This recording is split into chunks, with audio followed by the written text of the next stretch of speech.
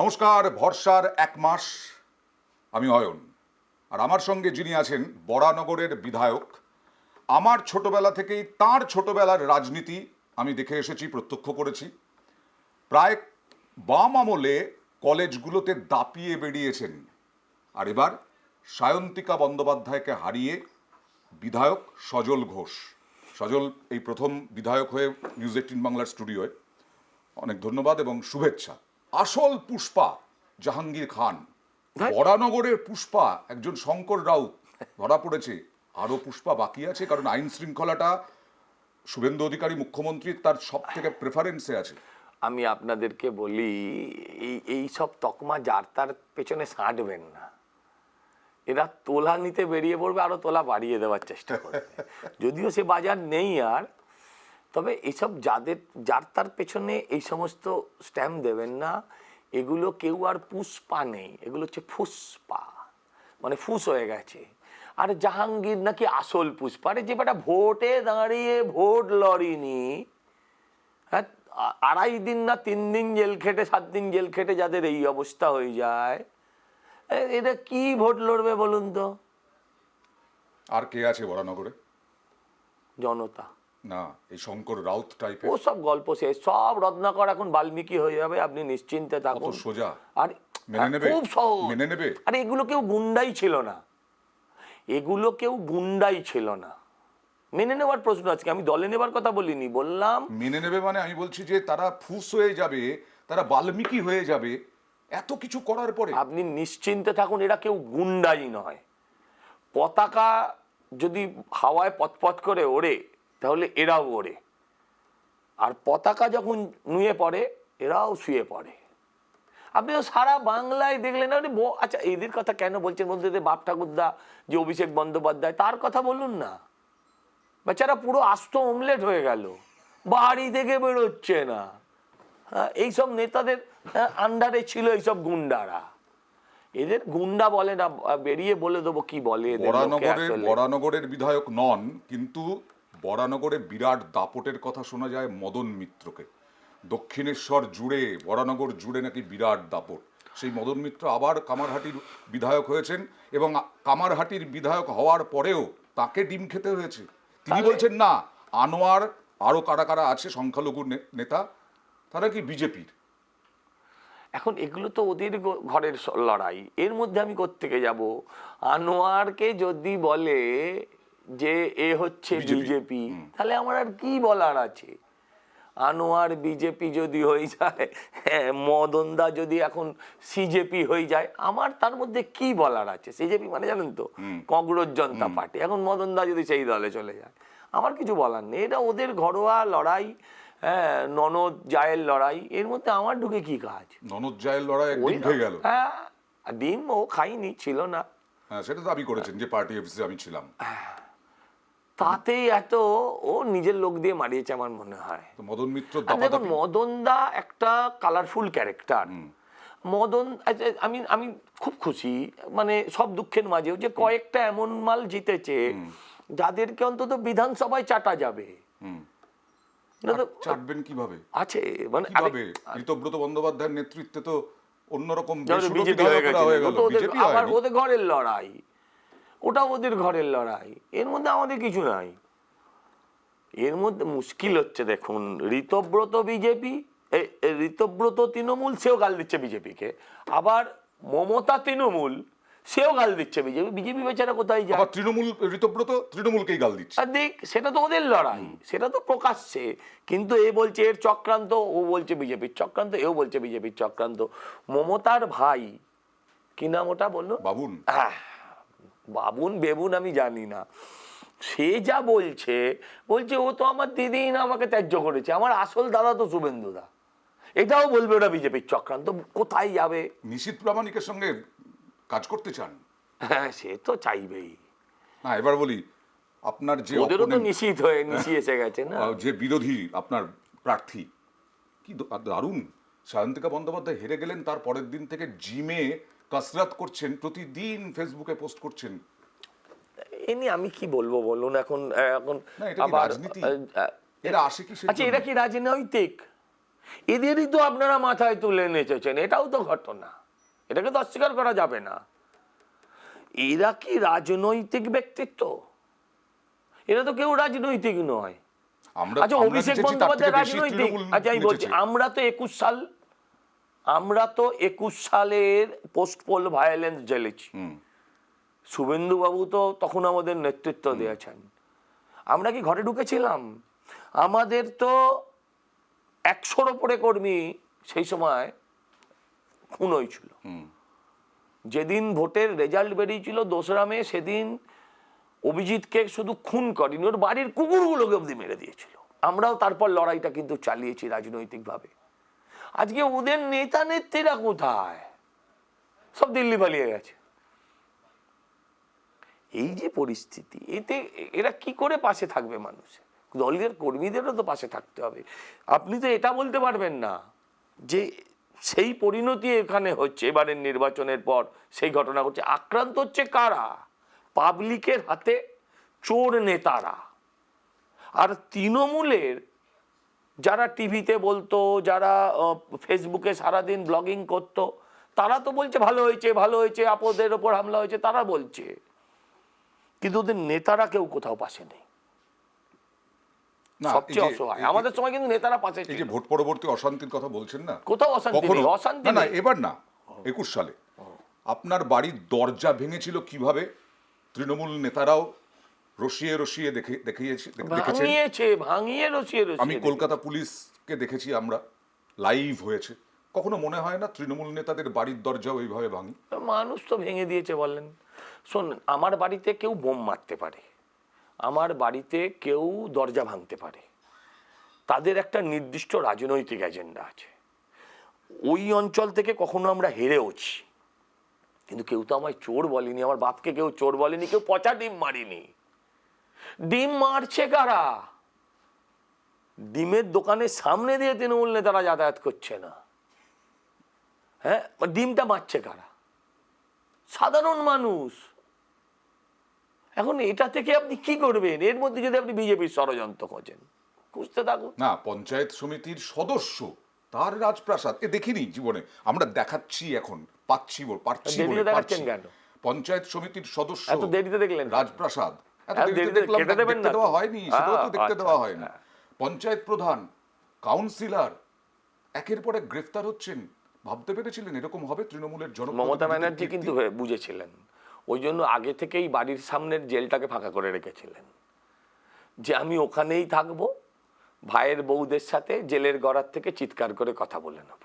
হ্যাঁ, কারণ ওই বুড়িগঙ্গার এপারে জেল, ওপারে ওনার বাড়ি, জোরে কথা বললে শোনা যাবে বোধহয়, সেই জন্যই জেল একটা খালি করে রেখেছেন। এই টাকা কোথায় যেত এখনো জানেন না?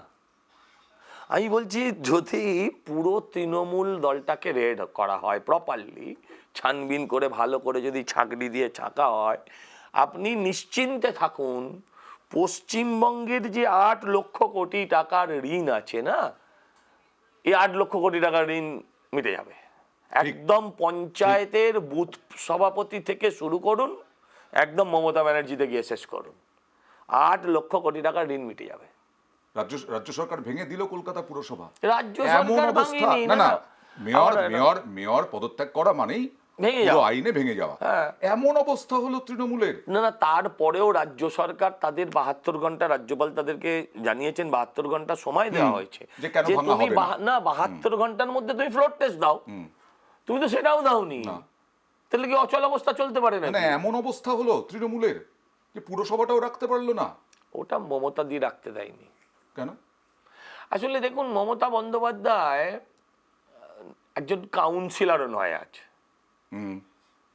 হ্যাঁ, আর ববি হাকিম সেখানে মেয়র হয়ে লালবাতি নিয়ে ঘুরবে, আচ্ছা, এটা কখনো মেনে নিতে পারে?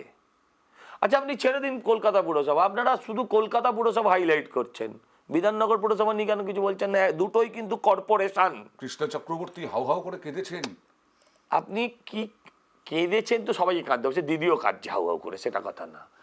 আমার প্রশ্ন সেটা নয়, আমার প্রশ্ন হচ্ছে আপনি কৃষ্ণাদিকেও জিজ্ঞাসা করুন একটু ভালো করে, যে দিদি তুমি একটা গোপনে বলো তো, যে তুমি তো সারাক্ষণ বলে গেলে ব্যক্তিগত, এই ব্যক্তিগত শব্দটার মধ্যে কিন্তু অনেক উষ্মা শ্লেষ ছিল। একবার তুমি বিজেপির নাম বললে না তো, বিজেপিকে আক্রমণ করলেন না। হ্যাঁ করলেন না তো, না। তাহলে সেই ব্যক্তিগত কারণটা কি? আপনাকে ছেলে বারণ করলো, মেয়ে বারণ করলো, বুয়াদা বারণ করলো, ব্যক্তিগত মানে কি? ব্যক্তিগত মানে তো এইটুকুই হতে পারে পরিসর।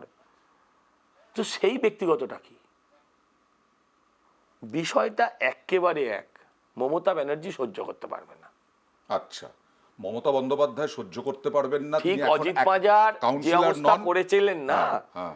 মমতা দি আবার সামনের নির্বাচনে ওই চেতলা থেকে কোনো জায়গায় পুরসভায় দাঁড়াবেন, লিখে রাখুন আজকে। কোন দলের হয়ে? যেখানে থাকবেন আর কি, যে দলটা যতটুকু থাকবে উনি চেষ্টা করবেন দাঁড়ানোর। কারণ লোকসভায় তো ইতিমধ্যেই শেষ, আরে ছেড়ে দিন, লোকসভায় তো বলছি না, বিধানসভাতেও শেষ। আরে তো বিধানসভার কথা বলছি না, সিজেপিতে দাঁড়াবে, কংগ্রেস জনতা পার্টি, তাতেও দাঁড়াতে পারে। হ্যাঁ, সে যেখানে উনি দাঁড়ানোর চেষ্টা করবে। এই যে বিধানসভায় ঋতব্রত বন্দ্যোপাধ্যায়ের নেতৃত্বে, ওইদিকে কাকলি ঘোষ দস্তিদারের আমি নেতৃত্বে, একটা বলে একটা ভালো প্রপোজাল আছে, সেটা হচ্ছে হুমায়ুন কিন্তু বলেছে ওর কাছে গেলে পরে, রেজিনগরে গেলে পরে ও কিন্তু দিয়ে দেবে। এটা মমতা ব্যানার্জি কিন্তু ভাবতে পারেন বিষয়টা, কিন্তু খারাপ নেই। এই বাজারে দীর্ঘদিনের রাজনীতিক হিসেবে কি মনে হয় সংখ্যালঘু ভোট আছে আর সেরকম ভাবে তৃণমূলের সঙ্গে মমতা বন্দ্যোপাধ্যায়ের সঙ্গে? একদমই নেই। আমি আপনাকে একটা কথা আজকে দায়িত্ব নিয়ে বলছি, আপনি আমার এই কথাটার মধ্যে পলিটিক্স খুঁজবেন না। যদি বিজেপি মনে করে তাহলে সংখ্যালঘুর সমস্ত ভোট বিজেপির দিকে ঘুরে যাবে।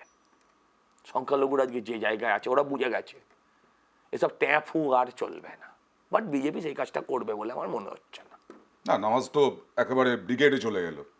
জেলায় জেলায় কোনো জাতীয় সড়ক অবরোধই হয়নি, অবরোধ করে নামাজ হয়নি। সুপ্রিম কোর্টের নির্দেশ মেনেই শুভেন্দু অধিকারী বলেছিলেন, আর কোনো চিৎকার চেঁচামেচি করতেই হয়নি মুখ্যমন্ত্রীকে, শুনে গেছে। কিন্তু আমি আপনাকে বলছি, প্রাক্তন মুখ্যমন্ত্রী এবং তার ভাইপো তারা কিন্তু এটা নিয়ে ষড়যন্ত্র করছেন। কি নিয়ে? হঠাৎ হাদির কথা বললেন কেন? ওসমান হাদির কথা, ওসমান হাদির খুন হয়েছে কতদিন, 6-8 মাস তো হয়েই গেছে, কি আরো বেশি হতে পারে। হঠাৎ তার মনে হলো, নির্বাচনেও ইস্যু করলেন না যেটাকে, আজকে হঠাৎ দাঁড়িয়ে বললেন যে ওসমান হাদিকে খুন করেছে ভারত সরকার, স্বরাষ্ট্রমন্ত্রীর নাম বললেন। এটা কিসের ইঙ্গিত? মানে উনি শুধু এখানকার হিন্দুদের বিপদে ফেলতে চাইছেন তা নয়, এখানকার মুসলমানদের বিপদে ফেলতে চাইছেন তা নয়, দাঙ্গা বাঁধাতে চাইছেন তা নয়, উনি বাংলাদেশের হিন্দুদেরও ছাড়তে চাইছেন না। আমি বলছি একটা বড় ষড়যন্ত্র উনি করছেন।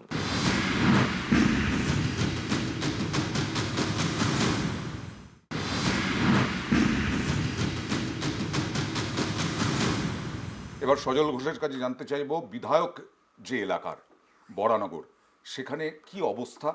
ভয়ঙ্কর খারাপ, কি রকম ভয়ঙ্কর? ভয়ঙ্কর ভয়ঙ্কর। আমি নিজেও আগে বুঝিনি এত খারাপ অবস্থা হতে পারে। আমি এটা খুব অনেস্টলি বলছি, আমি মানুষের কাছে দায়বদ্ধ, আমি মানুষের কাছে প্রতিজ্ঞাবদ্ধ, কিন্তু একটা পুরসভার যে এই ভয়ঙ্কর অবস্থা হতে পারে, দেখুন আমিও তো একটা পুরসভার সদস্য, সেখানেও ভালো নেই পুরসভাটা, কিন্তু এত ভয়ঙ্কর হতে পারে এটা আমি সত্যিই আগে বেআইনি নির্মাণ। আরে আমি বলছি শুনুন, গত 15 দিন ধরে ধরুন আমি আমার ওখানে অফিস চালু করেছি এবং অফিসে নিয়মিত বসছি, সারাদিন শুধু আমি অভিযোগ শুনে আসছেন। কি অভিযোগ শুনছি যেগুলো প্রায় আমার হাতে নেই সলভ। এক হচ্ছে সিসি নেই, প্রমোটার দিয়ে দিয়েছে, প্রমোটার পজিশন দিচ্ছে না, প্রমোটার এই করেছে, আমি 10 বছর বাড়ি দিয়ে দিলাম, হাউ হাউ করে কাঁদছে লোক, এবং আমিও বুঝে উঠতে পারছি না আমি এত কেস কাকে পাঠাবো, এত প্রবলেম আমি কোথা দিয়ে সলভ করব। আমি বলছি আপনি যদি একটা দিন আপনার এই ক্যামেরা ধরে বসে থাকুন না, আমি বলছি দারুণ টিআরপি হবে যে কোনো বিধায়কের, আপনি তার অফিসে গিয়ে ধরুন, মানুষের অভিযোগটা শুনুন, মানুষের অভিযোগ শুনুন। মানুষ তো এতদিন বলতে পারতেন না, বলার মতো সাহসের এবার জায়গা মুশকিল ছিল হচ্ছে না। যেটা এই যে সজল বলছেন না, পুষ্পা কেউ নয়, তারা কোনো গুন্ডা নয়, এরাই তো, এদের জন্যই তো মানুষ আতঙ্কিত ছিল। সরকার পাশে ছিল বলে, পুলিশ পাশে ছিল বলে। আরে পুষ্পা তো খাস মমতা ব্যানার্জির যে গরু দুধ দেয় সে গরুর লাথি খেতে হয় সেই অঞ্চলে, সেই জঙ্গলের জানোয়ার, তো সেই জানোয়ার সেখানে আজকে তার ঘর বাড়ি ভাঙছে কেন পাবলিক?